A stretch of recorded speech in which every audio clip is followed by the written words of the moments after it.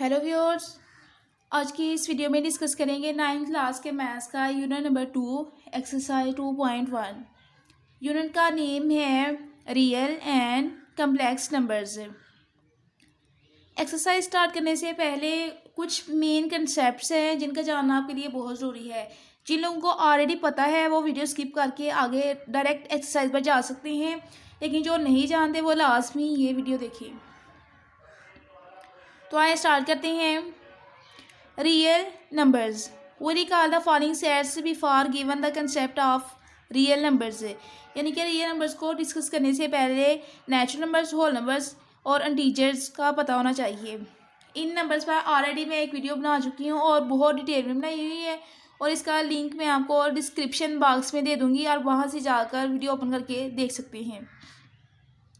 Natural numbers, ऐसे numbers जो 1 से स्टार्ट होते हैं उन्हें हम नेचुरल नंबर्स बोलते हैं, और ये नंबर्स बेसिकली हमारे डेली लाइफ में यूज़ हो रहे होते हैं। होल नंबर्स और नेचुरल नंबर्स इंक्लूडिंग ज़ीरो, यानी कि होल नंबर्स में सारे नेचुरल नंबर्स होते हैं लेकिन उसमें ज़ीरो भी शामिल होता है। नेक्स्ट है टीचर्स। टीचर्स में तमाम होल नंबर्स भी शामिल होते हैं, नेचुरल नंबर्स भी शामिल होते हैं, और इनके साथ साथ नेगेटिव नंबर्स भी इंक्लूड होते हैं। तो इस तरह से ये हमारे पास इंटीजर का सेट बन जाता है। नेक्स्ट है set of real numbers. First we recall the set of rational and irrational numbers. यानी कि सेट ऑफ रियल नंबर्स को डिस्कस करने से पहले रैशनल नंबर्स और इरेशनल नंबर्स का पता होना चाहिए। रैशनल नंबर्स ऐसे तमाम नंबर जिन्हें हम पी ओवर क्यू की फॉर्म में राइट कर सकें, where P Q are integers, P और क्यू इंटीजर्स हों and Q is not zero, और क्यू हमारे पास कभी भी ज़ीरो नहीं होना चाहिए। क्यों? क्योंकि क्यू यहाँ हमारे पास डिनोमिनेटर में है, और डिनोमिनेटर में अगर ज़ीरो आ जाता है तो वो इन्फिनिटी बन जाता है। इन्फिनिटी आ जाने कि वो अनडिफाइंड हो जाता है। आर कॉल्ड रैशनल नंबर्स, फिर इन्हें हम रैशनल नंबर्स कहेंगे। इन सिंपल वर्ड कि ऐसे तमाम नंबर जिन्हें हम पी और क्यू की फॉर्म में लिख सकें, पी और क्यू इंटीजर्स हों और क्यू हमारे पास ज़ीरो की इक्वल ना हो, तो वो हमारे पास रैशनल नंबर्स होंगे। और set of rational numbers denoted by capital Q, इसे कैपिटल क्यू से डिनोट किया जाता है। इसकी मैथमेटिकल फॉर्म कुछ इस तरह से होती है, Q is equal to P over Q such that P Q belongs to C. ये जो एरो सा साइन नज़र आ रहा है इसे एंड बोलते हैं, and Q is not equal to zero. तो ये हमारे पास था रैशनल नंबर्स। नेक्स्ट डिस्कस करते हैं irrational numbers. The numbers which can not be expressed as question, ऐसे नंबर जिन्हें हम क्वेश्चन के फॉर्म में कभी भी एक्सप्रेस ना कर सकते हों आर कॉल्ड इरेशनल नंबर्स। अब क्वेश्चन क्या होता है? फॉर एग्जांपल आपके पास कोई फ्रैक्शन है 15 फ्रैक्शन 3, तो इसको डिवाइड करते हैं। डिवाइड करने से इसका आंसर क्या आएगा? 5। अब ये जो 5 ऊपर आ रहा है इसे हम क्वेश्चन बोलते हैं। तो इरेशनल नंबर्स में कभी भी नंबर्स को क्वेश्चन की फॉर्म में नहीं लिखा जा सकता। या फिर आप इसको इस तरह से भी कह सकते हैं कि ऐसे नंबर जिन्हें पी ओवर क्यू की फॉर्म में ना लिखा जा सके उसे हम इरेशनल नंबर्स कहते हैं। और इसकी मैथमेटिकल फॉर्म इस तरह से होती है, Q prime is equal to X such that X is not equal to P over Q, P Q belongs to G and Q not equal to zero. और इसकी एग्जांपल्स हैं square root of 2, square root of 3, square root of 5, pi etcetera. तो ये था rational numbers and irrational numbers. Next है types of rational numbers. अक्सर test में PPS का हो या एनटीएस का हो या कोई और हो तो इस तरह का क्वेश्चन पूछा जा सकता है कि how many types of rational numbers. और बहुत सारे लोगों को ये पता नहीं होता कि रैशनल नंबर्स की 2 टाइप्स होती हैं। एक होती है टर्मिनेटिंग डेसिमल फ्रैक्शन और दूसरी होती है रिकरिंग और नॉन टर्मिनेटिंग डेसिमल फ्रैक्शन। तो ये पता होना चाहिए सबको, और कुछ नहीं तो एक नंबर मिल जाएगा। पहले डिस्कस करते हैं terminating decimal fraction. Terminating decimal fraction क्या होता है कि जब हम किसी फ्रैक्शन को सॉल्व करते हैं यानी कि डिवाइड करते हैं, तो जो हमारे पास उसका आंसर आता है ना डिवाइड करने से वो फाइनाइट होना चाहिए। अगर वो फाइनाइट होगा तो वो हमारे पास टर्मिनेटिंग होगा, अदरवाइज हमारे पास टर्मिनेटिंग नहीं होगा। यानी कि the decimal fraction which there are finite number of digits in the decimal part is called the terminating decimal fraction. Decimal parts basically यहाँ पर ये 0.4 है ना, तो ये जो 4 है ये हमारे पास डेसिमल पार्ट है, और पॉइंट के जो राइट साइड पर पार्ट होता है इसे हम इंटीग्रल बोलते हैं। ये एक और एग्जाम्पल देख लें, जैसा कि है 3/8, तो इनको डिवाइड करने से आंसर आया 0.375, यानी कि ये इनफाइनाइट नहीं है, फाइनाइट आंसर है, तो ये टर्मिनेटिंग डेसिमल फ्रैक्शन है।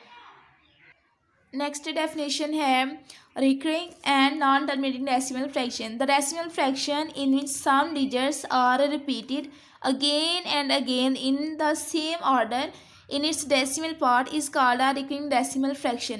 यानी कि अगर आप किसी फ्रैक्शन को सॉल्व कर रहे हैं तो सॉल्व करने से उसका आंसर कुछ इस तरह से आ रहा है, for example 2/9 is equal to 0.222 up to so on.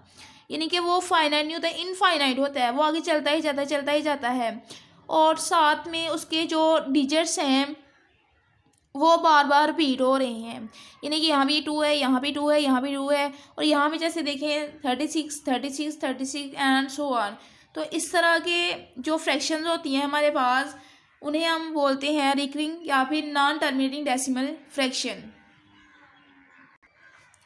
Next हम एक्सरसाइज स्टार्ट करते हैं। Exercise 2.1 question number 1, identify which of the following are rational and irrational numbers.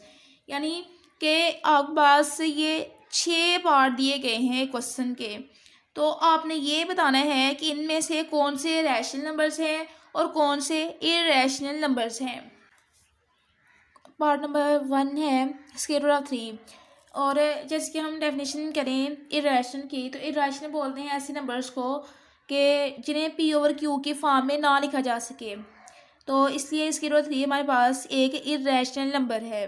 Part number 2 है 1/6, यानी कि P/Q के फॉर्म में ये लिखा जा सकता है, तो ये है रैशनल नंबर। नेक्स्ट है पाई, तो पाई भी क्या है, इरेशनल नंबर है। नेक्स्ट है पार्ट नंबर 5 7.25। यहाँ पे आके स्टूडेंट्स को थोड़ी सी कन्फ्यूजन होती है कि ये तो डेसिमल में आ गया है, अब पता नहीं ये रैशनल होगा या फिर इरेशनल होगा। तो जैसा कि पीछे आपने डेफिनेशन की थी टाइप्स ऑफ रैशनल नंबर्स, उसमें पढ़ा था terminating decimal fraction and non terminating decimal fraction.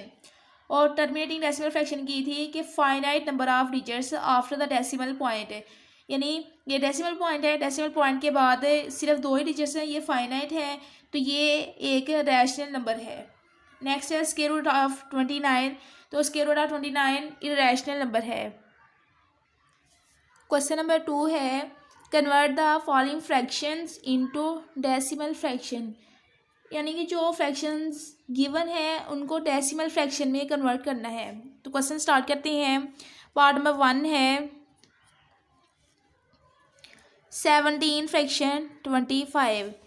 Numerator 17 है, डिनोमिनेटर 25 है, तो 17 को हम अंदर रखेंगे और 25 पर डिवाइड करेंगे। जैसे कि आप लोग देख रहे हैं कि 17 छोटा है, 25 बड़ा है, तो ये डिवाइड नहीं हो सकता, इसलिए हम यहाँ पे डेसिमल लगाएंगे और यहाँ पर 0 लगा देंगे। अब ये हम इजीली इसको डिवाइड कर सकते हैं। तो 25 का टेबल पढ़े 6 तक, 25 6 आर 150, इनको माइनस किया तो आ गया 20। अगर यहाँ पे डेसिमल पॉइंट हमने लगाया हो ना, तो फिर हम बेशुमार 0 लगा के आगे क्वेश्चन को सॉल्व कर सकते हैं। तो यहाँ पे एक और हमने 0 लगाया, ये वाला 0 नीचे ले आए, तो 25 का टेबल हमने वहाँ तक पढ़ना है कि 200 आ जाए, एंड 25 8 आर 200, तो यहाँ पे क्या आ गया है 0। तो हमारे पास 17/25 का आंसर आया है 0.68, यानी कि फ्रैक्शन को डेसिमल में कन्वर्ट कर दिया है। नेक्स्ट पार्ट नंबर 2 है 19 फ्रैक्शन 4। 19 को अंदर रखा, 4 पर डिवाइड किया, 4 4 जा 16, 9 में 6 माइनस किया 3। अब 3 छोटा है, 4 बड़ा है, तो हमने यहाँ पे क्या किया कि यहाँ डेसिमल पॉइंट लगा लिया है, पॉइंट लगा के यहाँ 0 कर लिया और 0 ये हम नीचे ले आए हैं। अब ये 30 बन गया, 4 7 28, 2 इनको माइनस करने से आ गया 2, तो 4 5 20। तो हमारा जो फाइनल आंसर आया है 19 fraction 4 equal to 4.75। Part number 3 है 57 फ्रैक्शन 8।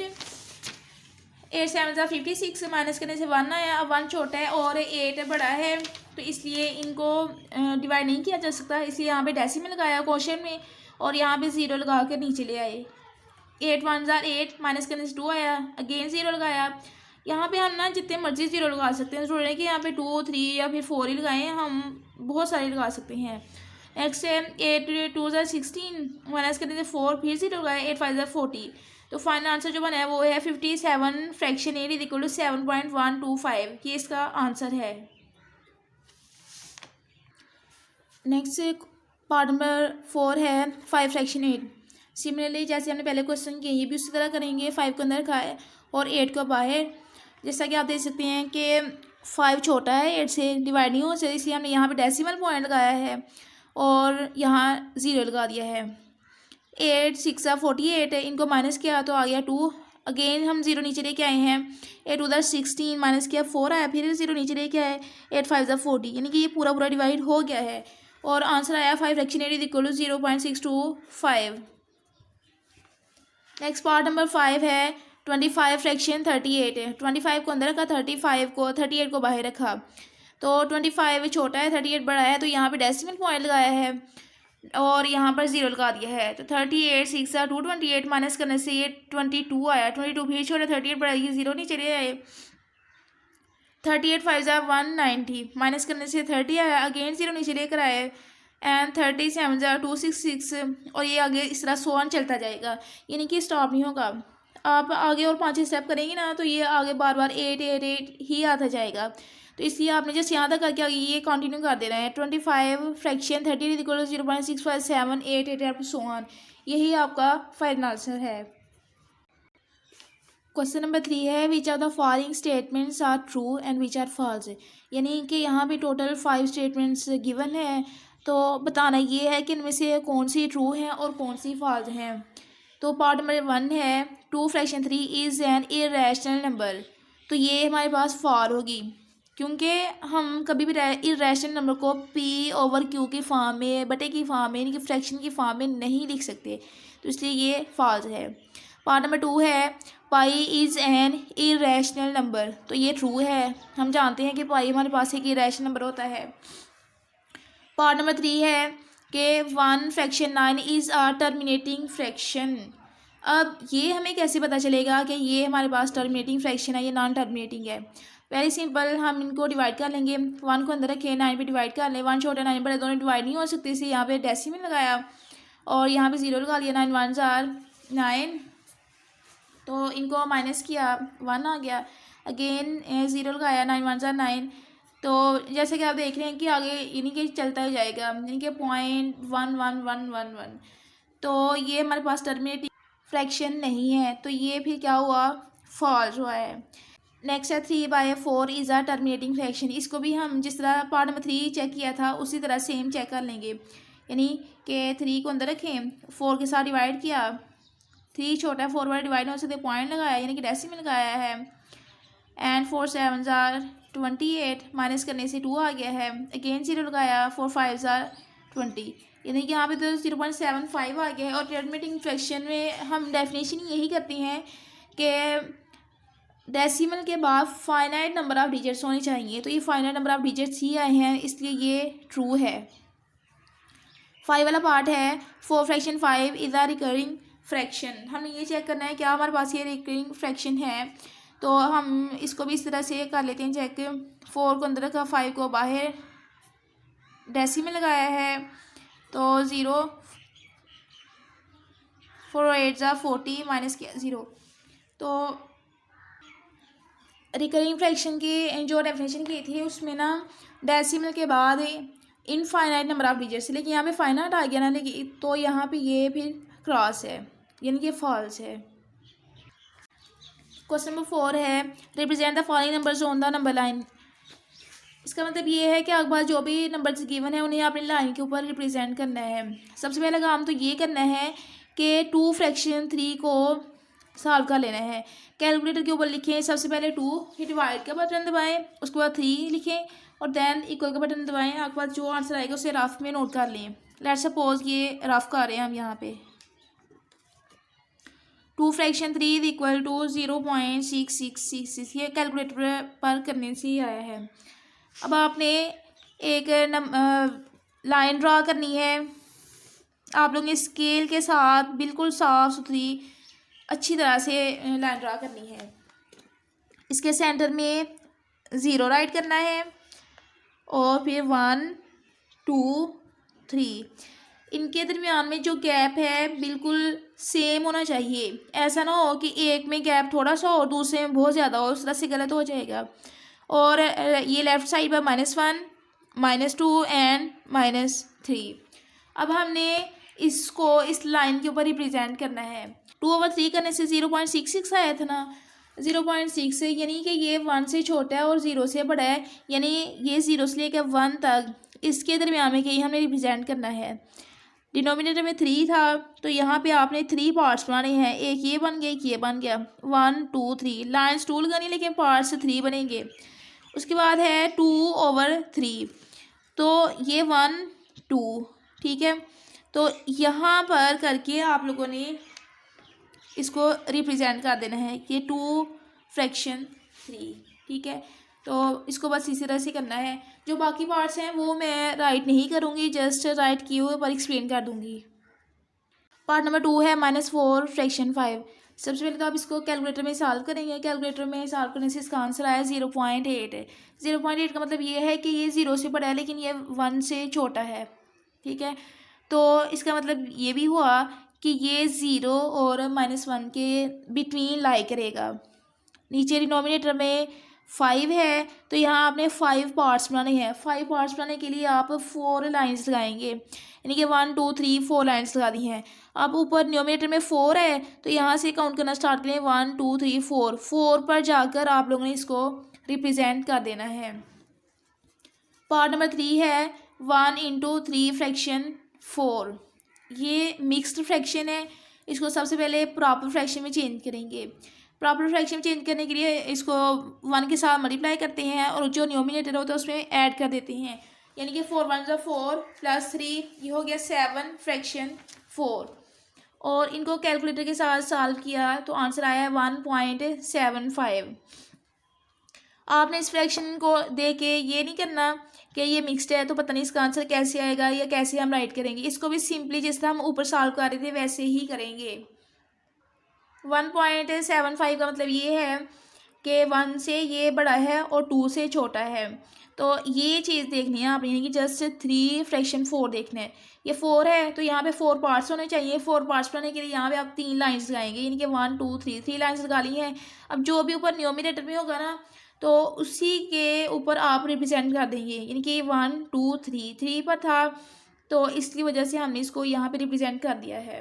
नेक्स्ट वाला पार्ट है 6 -2 5 फ्रैक्शन 8। ये भी मिक्स फ्रैक्शन है और ऊपर वाले में इसमें बस यही फ़र्क है कि ऊपर वाले में माइनस नहीं था, यहाँ पे माइनस है, लेकिन सॉल्व इसको भी उसी तरह से करेंगे। सबसे पहले इसको हम प्रॉपर फ्रैक्शन में तब्दील करेंगे, उसके बाद कैलकुलेटर के साथ हल करने से इसका आंसर आया है -2.275 है। इसका मतलब ये है कि ये 2 से छोटा है और 3 से बड़ा है, तो ये 2 और 3 के दरमियान में लाई करेगा। तो उसी तरह से आपने ये फिर ये देखना है 5 फ्रैक्शन 8। नीचे डिनोमिनेटर 8 है ना, तो यहाँ पे आप लोगों ने 8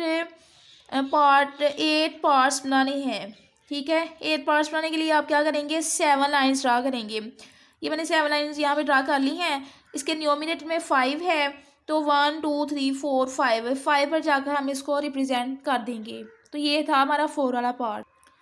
पार्ट नंबर 5 है हमारे पास 2 × 3 फ्रैक्शन 4। सबसे पहले इस फ्रैक्शन को हम प्रॉपर फ्रैक्शन में चेंज करेंगे, यानी कि 4 2 = 8 + 3 11 फ्रैक्शन 4। इसके बाद हम इसको कैलकुलेटर के ऊपर सॉल्व करेंगे। कैलकुलेटर के ऊपर सॉल्व करने से आंसर आया 2.75।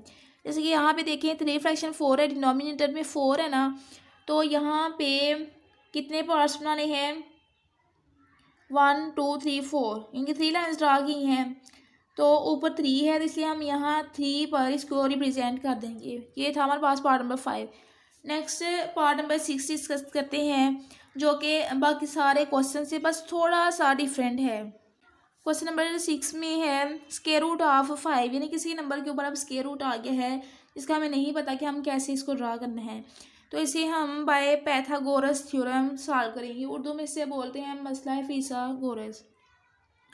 और ये हमारे पास इक्वल होता है हाइपोटेनस का square is equal to base का स्क्वायर प्लस एल्टीट्यूड का स्क्वायर, यानी कि परपेंडिकुलर का स्क्वायर है।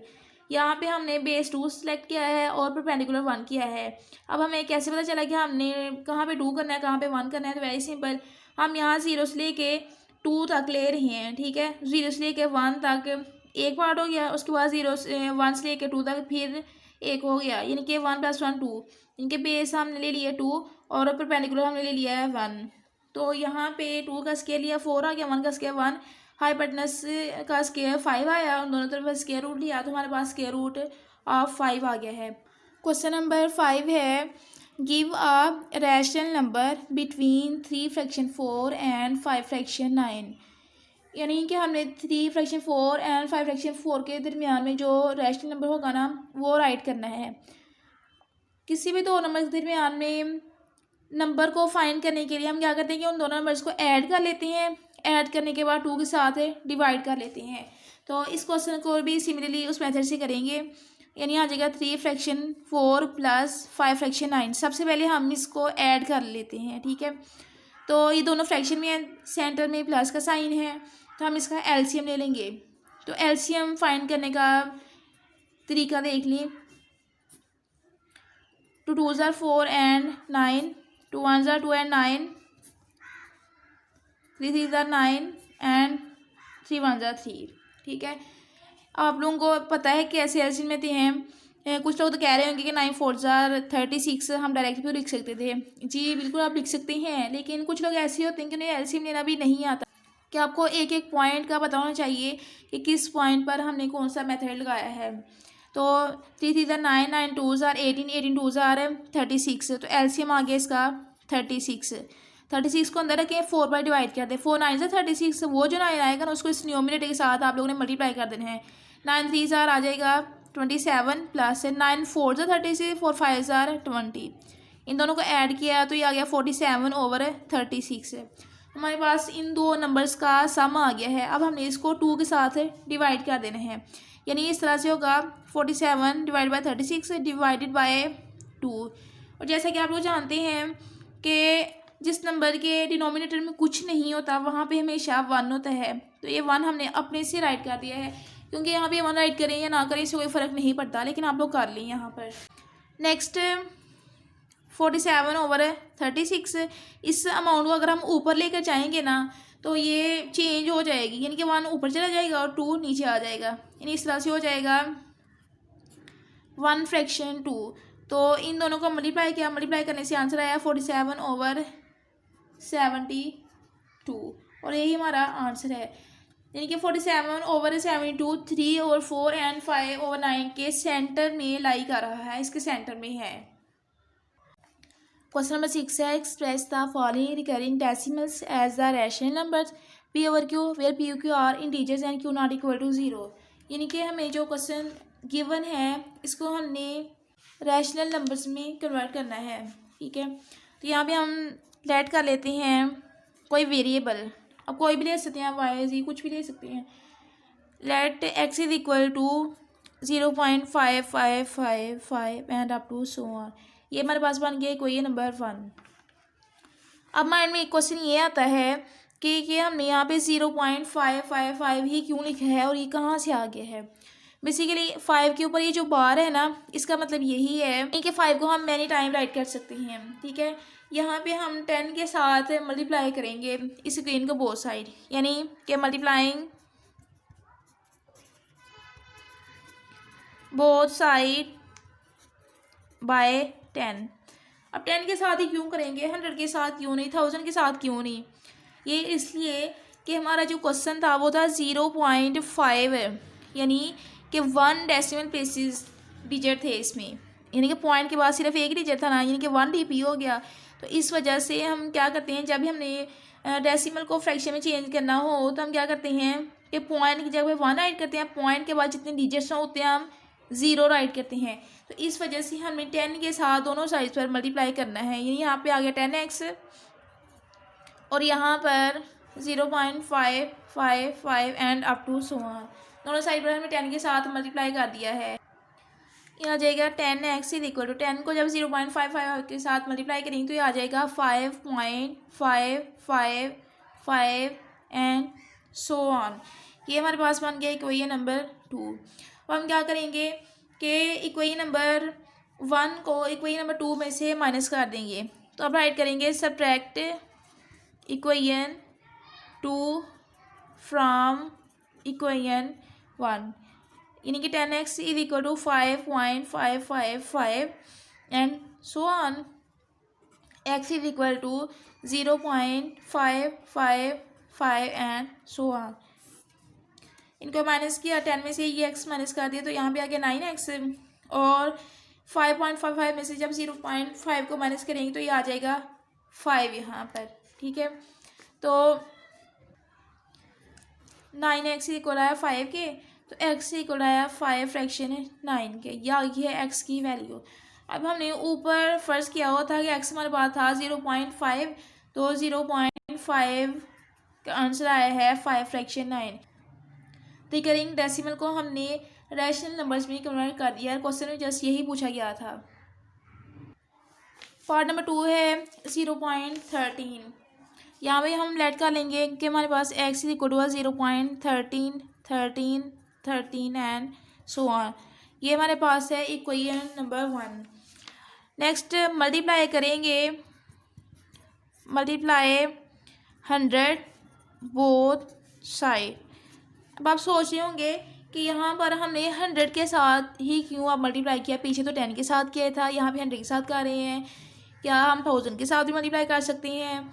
तो जैसे कि मैंने आपको पीछे बताया था कि अगर हमने किसी डेसिमल को फ्रैक्शन में चेंज करना हो तो डेसिमल की जगह पे हम 1 लिखते हैं, डेसिमल के बाद जितने डिजिट्स होते हैं उतने हम 0 राइट कर देते हैं। तो ये 100 बना ना, इस वजह से हमने 100 के साथ बोथ साइड पर मल्टीप्लाई करना है। 100x is equal to 100 into 0.13 13 13 and up to so on. 100x 100 को इस साथ मल्टीप्लाई करेंगे तो आ जाएगा 13.13 13 13 एंड सो ऑन। ये इक्वेशन नंबर 1 की है 2। सब्ट्रैक्ट करेंगे, subtract equation 2 from equation 1। Equation 2 को 1 में से माइनस कर देंगे, यानी कि 100x minus x is equal to 13.13 13 13 so on and 0.13 13 30 so on. Minus करते वक्त एक बात हमेशा आप लोग याद रखनी है कि डेसिमल के बाद जितने डिजिट्स यहाँ पे राइट करेंगे ना ऊपर वाले साइड पर, उतने ही आप नीचे भी राइट करने हैं। ऐसा कभी ना हो कि ऊपर आप 2 राइट कर दें, नीचे आप 6 राइट कर दें, इक्वल इक्वल होनी चाहिए। इन दोनों को माइनस किया, माइनस करने से आ गया 99x इज इक्वल टू, इन दोनों को माइनस करने से आ गया यहाँ पर 13, तो x की वैल्यू यहाँ से आ गया है 13/9। तो आंसर जो आया है 0.13 का, बेसिकली हमें यही पूछा गया था कि हमारे पास जो रिकरिंग डेसिमल था उसे हमने रैशनल नंबर में चेंज करना था। रैशनल नंबर हमने चेंज कर दिया क्योंकि ये पी ओवर क्यू की फॉर्म में है। तो यही हमारा फाइनल आंसर है। पार्ट नंबर 3 है 0.67। इसको भी हम उस तरह सॉल्व करेंगे जैसे पहले दोनों पार्ट्स को किया है कि हम लेट कर लेंगे कि x हमारे पास 0.67 के है। ये इक्वेशन नंबर 1 बन गई। Multiplying 100 both side by equation 1, इन्हें इस इक्वेशन के दोनों साइड पर 100 के साथ मल्टीप्लाई कर देंगे। 100 के साथ मल्टीप्लाई हमने इसलिए किया है क्योंकि हम जानते हैं कि पॉइंट के बाद 2 डिजिट्स हैं, तो ये पॉइंट की जगह पे 1 आ जाएगा, जितने डिजिट्स हैं उतने 0 आ जाएंगे, तो ये 100 बन जाएगी। इस वजह से हमने 100 के साथ बोथ साइड पर मल्टीप्लाई किया है। 100x इज इक्वल टू 100 को जब इस टर्म के साथ मल्टीप्लाई किया तो ये आ गया 67.6767 एंड सो ऑन। इसे हमने इक्वेशन नंबर 2 का नाम दे दिया है। सब्ट्रैक्ट करना है इक्वेशन 2 को फ्रॉम इक्वेशन 1 में से, तो ये 100x इज इक्वल टू, और यानी कि दोनों इक्वेशन को हमने राइट कर लिया है। इन दोनों को माइनस करने से हमारे पास आ गया 99x इज इक्वल टू 67। तो 99x के साथ यहाँ पे मल्टीप्लाई हो रहा था, इक्वल की साइड पर जाकर डिवाइड हो जाएगा, यानी कि x की वैल्यू आ जाएगी 67/99। अब हम x की जगह पे उसकी वैल्यू पुट कर देंगे। तो x के हमने जो यहाँ पे फर्स्ट किया होता है 0.67, जो 0.67 इक्वल टू है यहाँ पर 67 फ्रैक्शन 99, यानी कि हमने रिकरिंग डेसिमल को रैशनल नंबर में चेंज कर दिया है। तो बेसिकली यही हमारा आंसर है।